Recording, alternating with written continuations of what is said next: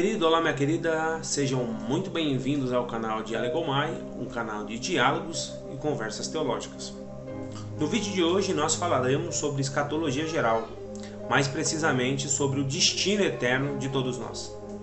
Vocês sabiam que nenhum de nós passará a eternidade no céu? Não, você não ouviu errado. Eu disse que nenhum cristão viverá eternamente com Deus no céu. Mas se o céu não é o nosso destino eterno, então para onde iremos?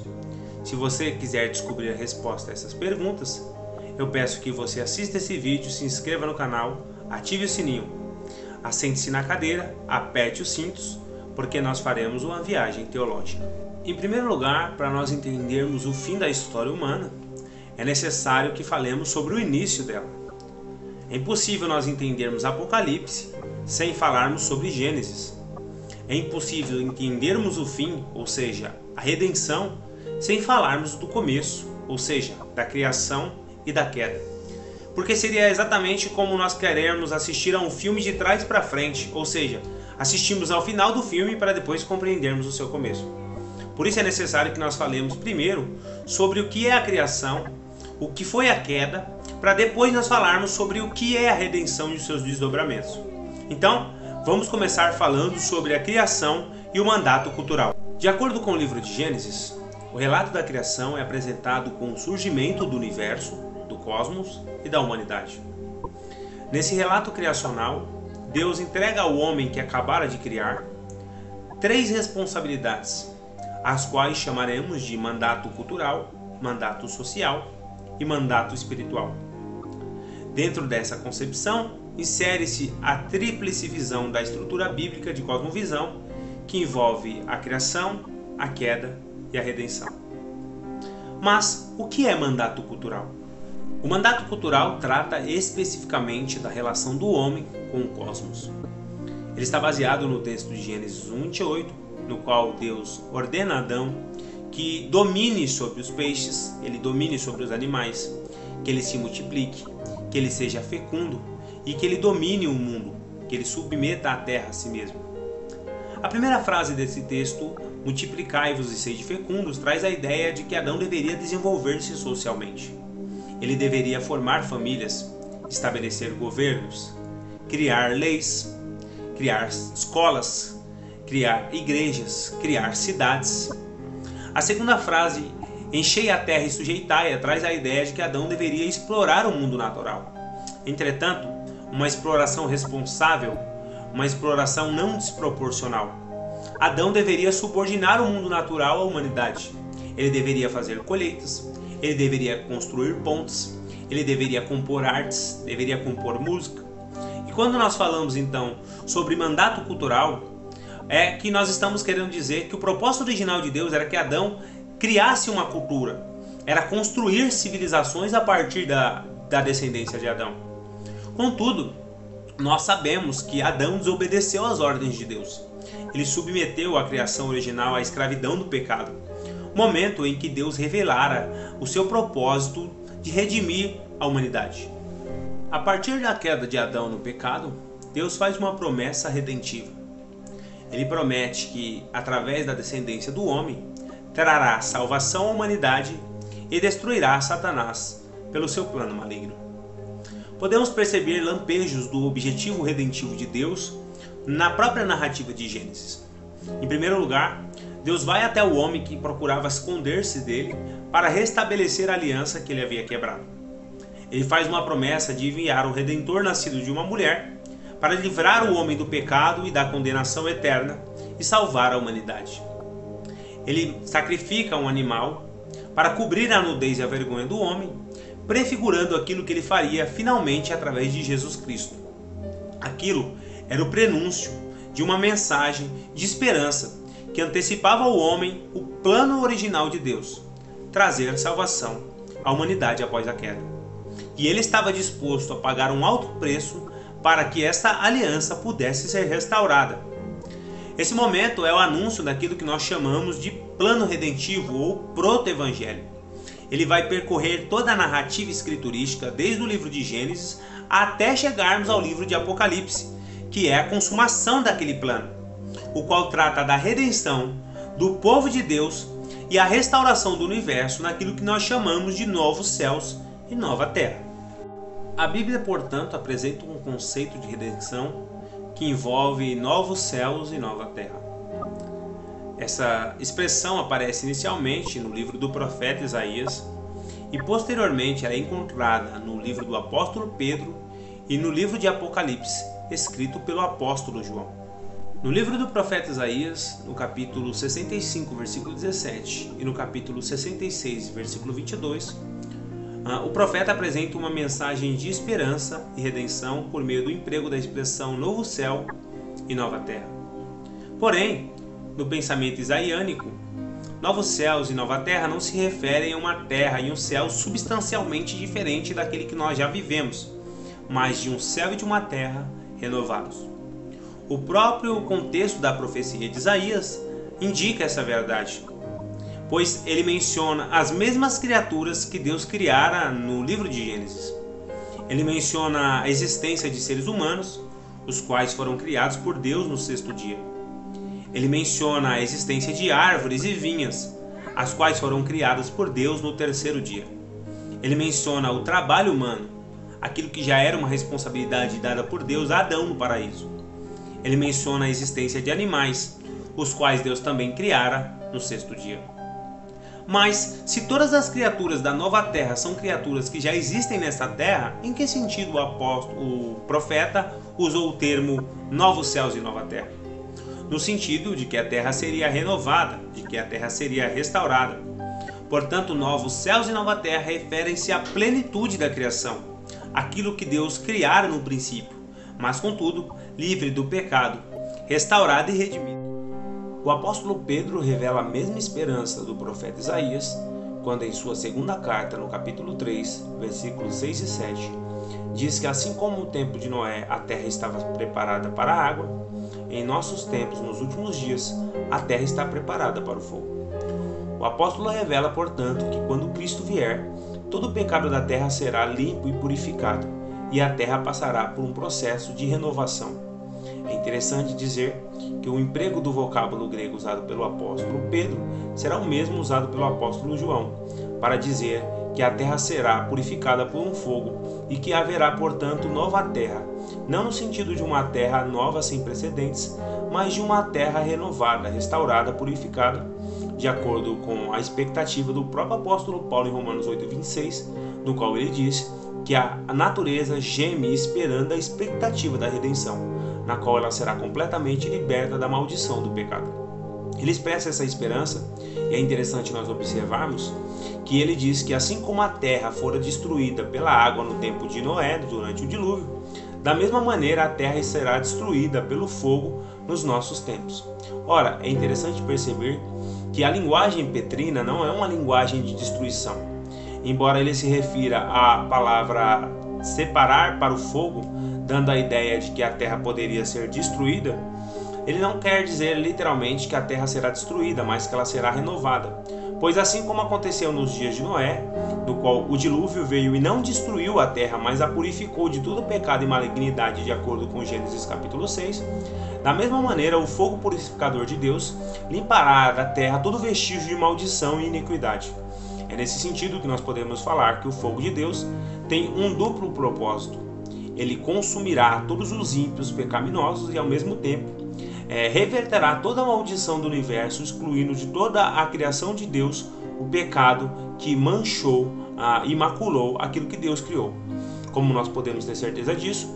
Pelo próprio exemplo usado pelo apóstolo, ele diz que assim como no tempo de Noé a terra estava preparada pela água, em nosso tempo a terra está preparada pelo fogo.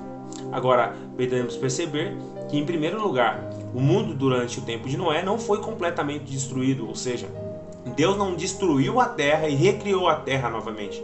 Ao contrário, a destruição a que o apóstolo se refere é a destruição dos ímpios. Da mesma maneira, ele vai fazer um comparativo com o tempo de Noé com os últimos dias para dizer que naquele tempo a destruição veio por meio da água, mas que nesse tempo a destruição virá por meio do fogo.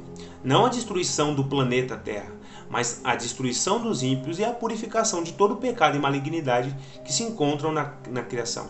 Portanto, podemos ter certeza pelas palavras do apóstolo Pedro que o céu não desaparecerá, ele não será extinto. Deus não extinguirá a criação, ao contrário. O céu e a terra que agora existem, assim como o céu e a terra do tempo de Noé, passarão por um período de purificação, mas não desaparecerão. Deus não criará um universo diferente daquele que nós já vivemos. O que ele fará será a restauração de tudo aquilo que ele criou e que fora maculado pelo pecado. Finalmente, o apóstolo João reverbera a esperança isaiânica e petrina ao nos falar de um universo no qual existirá novos céus e nova terra. É importante aqui destacarmos o emprego da palavra grega kainos por João, que traz a ideia de um universo novo em essência e em qualidade, e não o emprego do termo nous, que traz a ideia de uma coisa nova no tempo, sem precedentes. Ou seja, João não está falando de um universo criado ex nihilo, a partir do nada, mas de uma criação restaurada ou de uma criação redimida. Lembremos-nos também que João era judeu. Portanto, para entendermos o pensamento judaico de João, é necessário lembrarmos da expressão que aparece em Gênesis capítulo 1, versículo 1, no qual se diz que Deus criou céus e terra, ou seja, a expressão usada pelo apóstolo quer dizer que haverá um novo universo, céu e terras, como englobando toda a criação original de Deus. É nesse sentido que João fala de novos céus e nova terra. Não um mundo novo, mas um mundo transformado, um mundo restaurado, um mundo redimido, um mundo, por assim dizer, recriado, mas não a partir do nada. Simplesmente, completamente transformado pelo poder transformador de Deus. Em outras palavras, novos céus e nova terra não significa céus e terras inexistentes, mas de um mundo transformado, de um universo que retornará ao seu estado de perfeição original, assim como havia no princípio, na criação de Deus, para que a humanidade possa habitar novamente em aliança com Deus. A Bíblia fala sobre novos céus e nova terra, e não de céu em vez de terra. Isso nos leva a reconsiderarmos os nossos pensamentos sobre a eternidade, pois se o universo no qual vivemos será restaurado, será renovado, será transformado de acordo com aquilo que Deus havia criado no princípio, isso envolve não só a ordem espiritual, mas também a ordem física, nós devemos lembrar-nos das responsabilidades que Deus deu a Adão no princípio, do mandato cultural, e tentarmos entender como é que nós poderemos continuar a exercê-lo dentro da eternidade, na perspectiva eterna. Como é que nós podemos relacionar os mandatos que Deus deu a Adão, uma vez que eles foram dados no princípio, na criação original, e a eternidade com Deus, que será dada numa esfera física e não apenas numa esfera espiritual, na qual envolverá um universo completamente redimido e transformado do pecado. Percebam, portanto, a relação direta que há entre a criação original e a criação restaurada. O livro de Apocalipse nos fala sobre uma nova cidade, uma cidade por nome de Nova Jerusalém. Ela apresenta características e elementos completamente comuns à vida humana, o que nos remete à ideia de que o mundo será completamente purificado e restaurado. Nessa cidade, o apóstolo João vê muros fortificados. Ele vê uma rua principal, que é feita com ouro puro e reluzente, como cristal límpido. Aqui, nós já descartamos aquela ideia fictícia de que passaremos a eternidade no céu em nuvens flutuantes, tocando harpas eternamente. O apóstolo traz a ideia, reverberando a profecia de Isaías, de corporeidade ordinária, de movimentos comuns, naturais da vida humana, como caminhar em ruas de ouro. Há também nessa cidade elementos naturais, como vidro, portões, muro.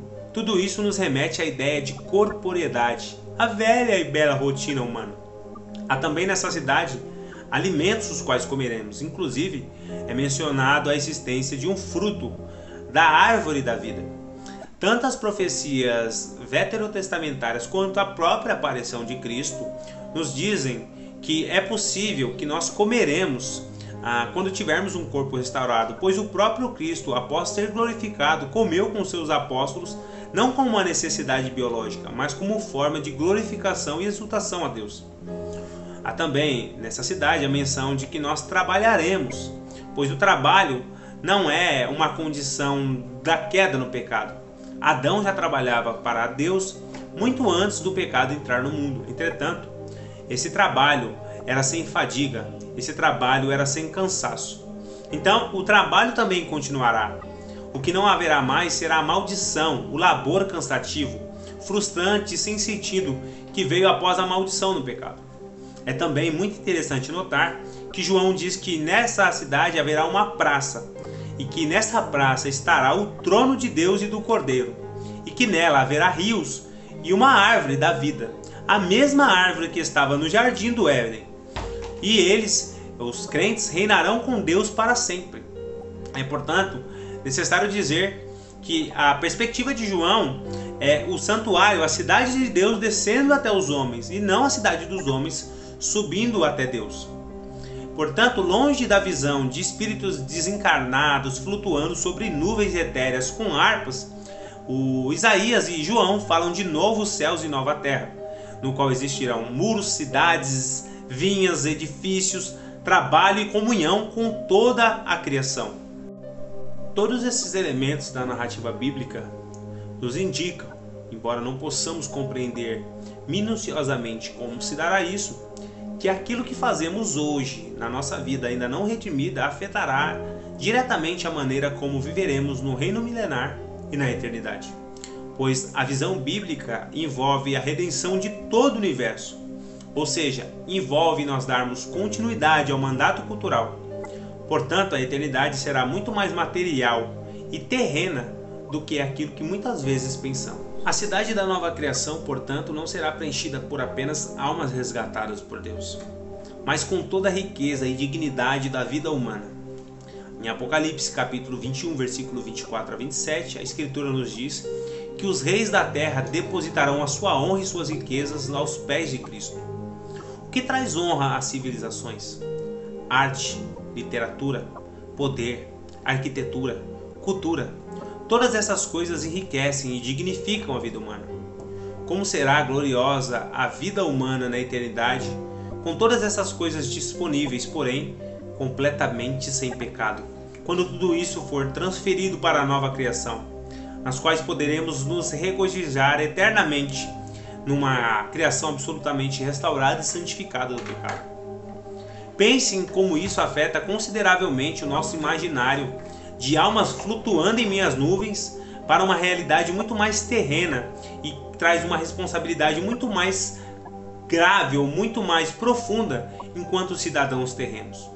A conclusão natural que nós cristãos devemos chegar, portanto, é que nós somos os maiores responsáveis por contribuir para a progressão na eternidade. Dessa maneira, portanto, o cristão não é alguém que deve viver de maneira ociosa. Ele deve, ao contrário, se empenhar em produzir arte, música, literatura, teatro e explorar todas as suas aptidões artísticas, musicais e jurisprudenciais.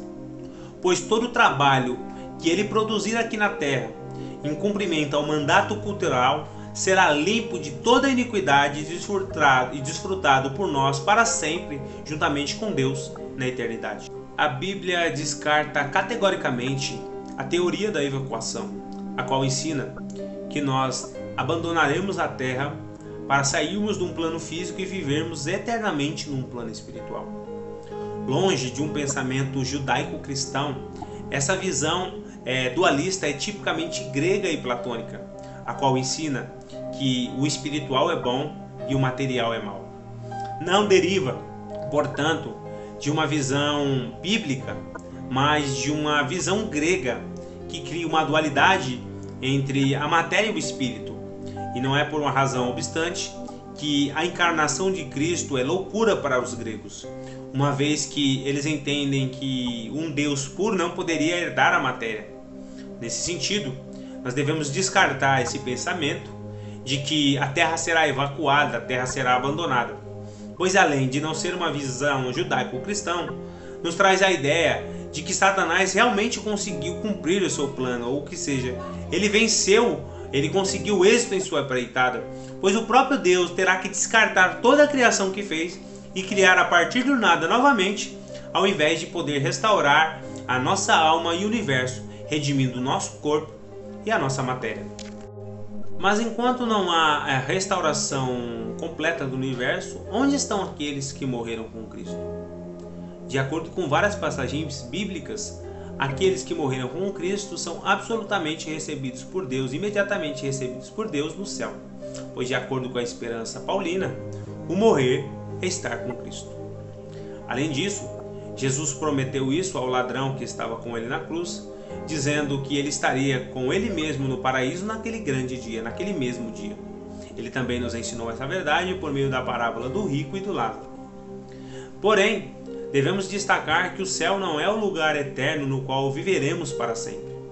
Após a concretização final dos planos de Deus, nós receberemos corpos imortais e incorruptíveis para desfrutarmos eternamente de uma vida num universo harmonioso e redimido, restaurado por Deus, para com ele desfrutarmos da eternidade.